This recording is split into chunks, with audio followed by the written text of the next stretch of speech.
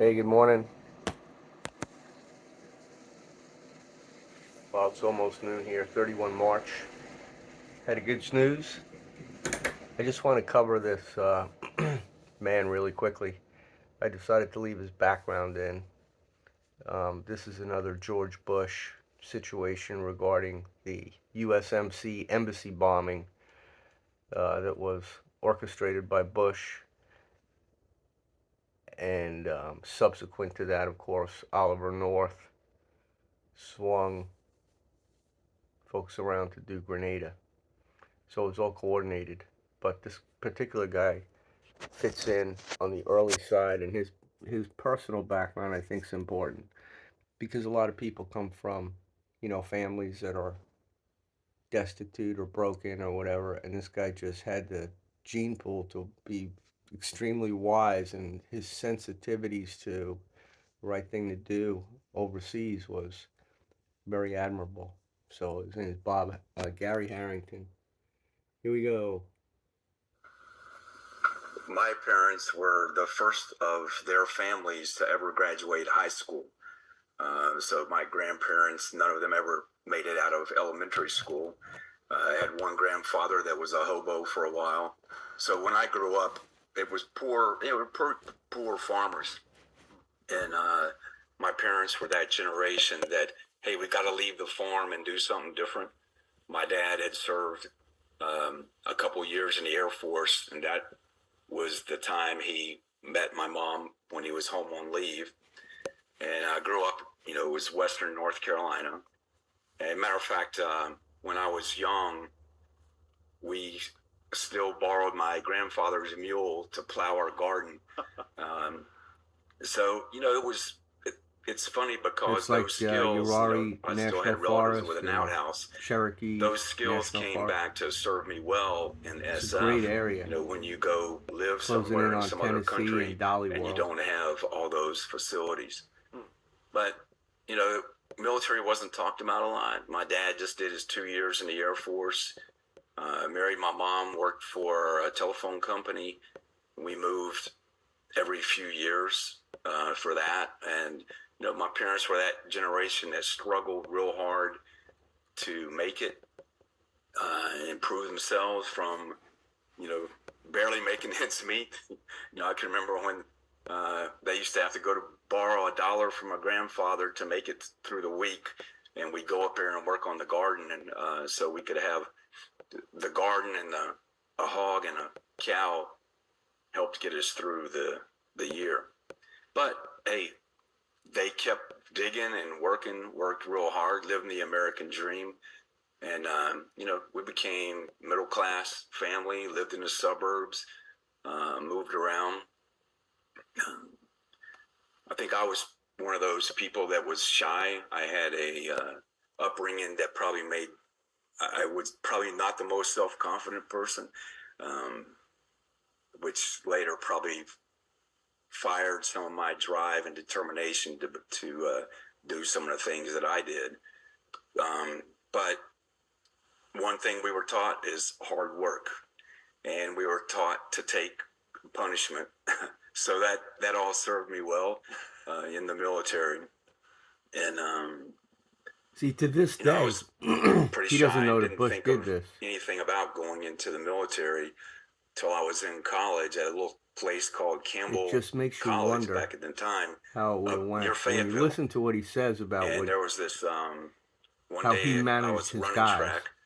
There was this big giant Marine, before the battalion 6'4", came in. V-shaped, They got hurt officer, selection officer, walking around. He came up to me, and I was a scrawny, skinny, thick glasses wearing distance runner. And he said, "Hey, I hear you think you can run pretty good. I'm going to challenge you to a decathlon, and you can pick 8 of the events, and I'll kick your ass." So I was like, "What?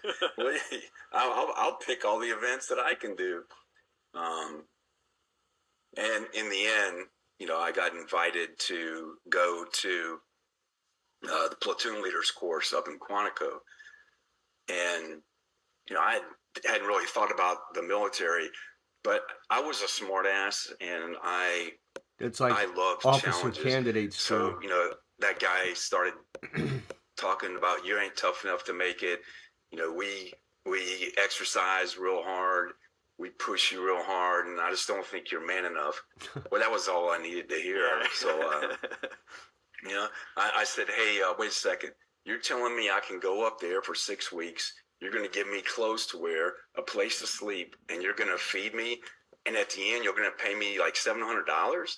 Yeah, I did that for the Army. So off I went to the platoon leaders course. But you know, I got there, and it was the discipline and everything that happened sort of just changed me. I'd been an extremely anxious person, and you know, I had an outgoing, overt personality to cover up my shyness and anxiety. I think in some respects I grew up as like a Lone Ranger kind of guy, but the man I admired was Tonto, the quiet, silent guy, the guy that my grandfather told stories about from his days of hardworking men and hobos. They were all connected in on the rail lines. The discipline in the Marine Corps, I realized that, hey, I can take more shit than most people can take. People. And I can be better than these other people if I take more. They so take them bring in it the on. Cities now. Give me all you got. And took them in the country. It sort of just flipped a switch in me, and I you know, became a lot more outgoing and confident person. And from that day forward, you know, I wanted to be a Marine. And upon graduation of college, I got commissioned as a second lieutenant in the Marine Corps. And what year was that you got commissioned? December of '79. I was one of those people that was on a little bit longer than normal 2 years college course of study. So I didn't finish in quite 4 years. I had dropped out for a year, and so December '79, and I began the basic school in early 1980. So with this extra time, and where did you land in the Marine Corps after getting commissioned and going through the basic course? Well, after 60s. the basic and infantry officers course, I went to Camp Lejeune, was in 1st Battalion, 2nd Marines, did a year as a platoon commander there. Heard about this thing called recon, and got offered to try out for recon, so made it. Went to recon, loved that.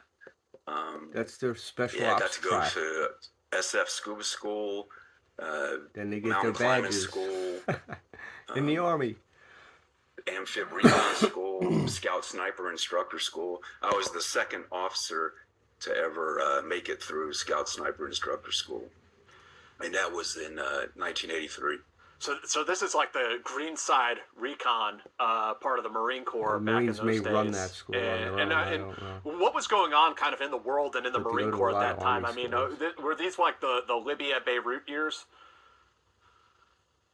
So I was actually the first Marine in Beirut in Here we 1982. go. Listen to this. So 82. You know, back in the 80s, let's you're remember away. Back then, the 82nd Airborne was known as the Jumpin' Junkies. And, you know, the military, you know, we were all suffering from the post-Vietnam time, and people looked down on people in the military. And in the Marine Corps, you know, Marine Corps infantry is high diddle straight up the middle, and there weren't any wars going. And, you know, I did take my team, we went out on float to Beirut, wound up in Beirut. We were supposed to do this nice med cruise where you hit ports and have some liberty, do an exercise. But the moment we got over to the med, we charged off to Beirut and did squares in the ocean until it was time to go into Beirut. The first time we went was to evacuate the PLO. And then we went to take some liberty, and then we came back after the massacres in the refugee camps to start the MNF.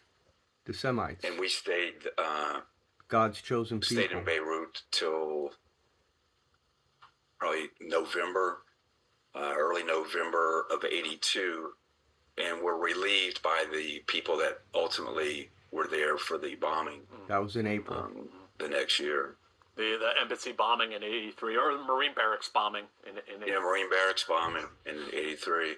Yeah, and you know it's interesting because in that time, you know, I was I don't know, I was an outspoken person. This As is a Marine the important officer, part. I had a mustache, which is not you're not supposed to do, but I chose to do so, and at one point I was told to move my recon guys because we were covering the beach and doing OPs to move into that barracks. And I said, hey, this barracks is a sitting target, and we're better off at being out front and doing observation. Matter of fact, if we took everybody offshore and put them on ships, we could put Marines on rooftops doing OPs and accomplish the same mission that we're accomplishing now. And I refused to move the Marines into Listen to this. Into that building.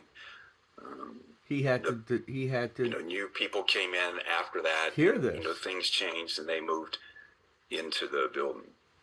The guys in I mean, all this. Correct me if I'm wrong, Gary, but it sounds like maybe this was a bit of a formative experience to guard at the guard shack. An introduction to so terrorism against Bush the United States and American personnel. But also sort of your future in scouting out locations where, you know, American forces will be housed. Yeah, it was, I mean, yes, we had no idea what terrorism was at that time. And I'd been trained in rifle platoon and company level tactics. So I could apply them, but here we were doing, you know, essentially a police force Shoemaker mission, got Looking Glass in you know, 1980. And so they had been playing with it for a year.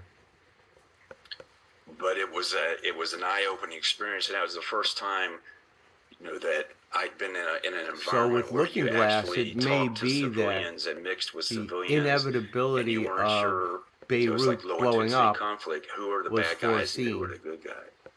Absolutely. And then what this man disobeyed after your trip orders. to Lebanon, what was sort of the next stop for you as a young Marine officer? Okay, well, I'm going to discontinue it here. I want to listen to him more, but I wanted to just cover that particular thing. And since I have a little bit of time to burn, I want to talk about my buddy, a guy named Don Randall, who was a National Guard officer. He ended up helping my son out quite a bit. He's just a natural leader. He's a big dude, hillbilly guy. And you can tell when NCOs respect an officer. You know, they want to come stand, hang around with him, and bullshit with him. So when my son graduated from Ranger School, Don linked up. And there was a bunch of guys there because Ranger School graduation is big because people are all, you know, the relatives and the friends and cohorts come. Fort Benning.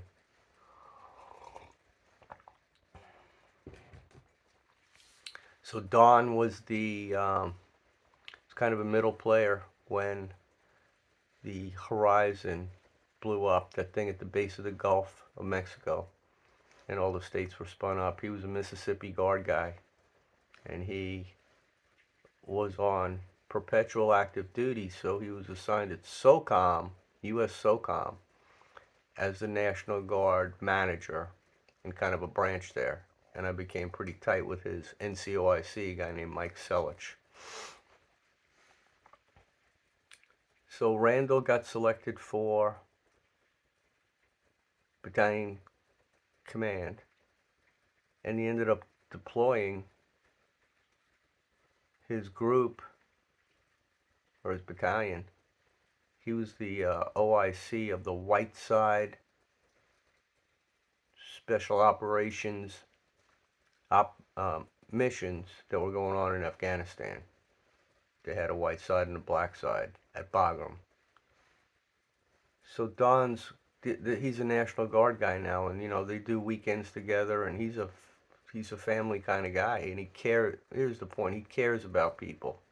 He helped my son get back on track, and it's just an inclination to help people that need help. When he likes them, he helps them, and he's that way in general. He's a very smart man. Got 2 daughters that were very successful swimming.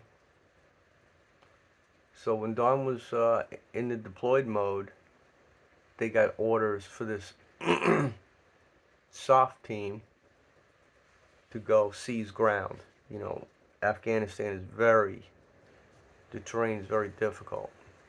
You get to where you need to be. If you get good fields of fire, you know, you try and think about how you do it, and it's their territory.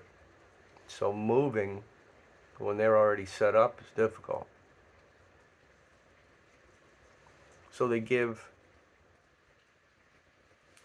a couple of teams with the responsibility of the CJ Soda, if it's called, to go and take terrain and own it. So they do. They lost some guys. He had to write letters home. I mean, there's a family. They get the terrain, and then he gets a freaking commo from above. Okay, you know, pull back. He's like, pull back. What the hell are you talking about? We're gonna pull back, but I'll tell you right now, don't be asking me to go take that again, because he lost people. And bigger than shit, however long later, the word comes down, go do it again. He said, no, I ain't doing it. He was a commander, just like this man. So that's tied to that. You know, leaders have to stand up. Why were they doing what they were doing? We can't fight. We're stupid. We don't know what our ultimate objectives are. If you look at it, I could look at it from multiple dimensions as to what the reasons are that we deploy our forces. It's all a big show. I mean, World War II was a real deal because it's the dark and the light. Angels are E.T. The PSYOP is trying to get into your brain watching TV and VLF. And people with country backgrounds who come from regular families put things together and rise up in their respective storyboards completely unwitting because they don't know that death is a lie. Neither of the 2 guys that are the subject of this video know that death is a lie. And, you know, that's that. But we're all God's people. And I love everybody. I hope you enjoyed this. Have a great one. We'll be back later. Out.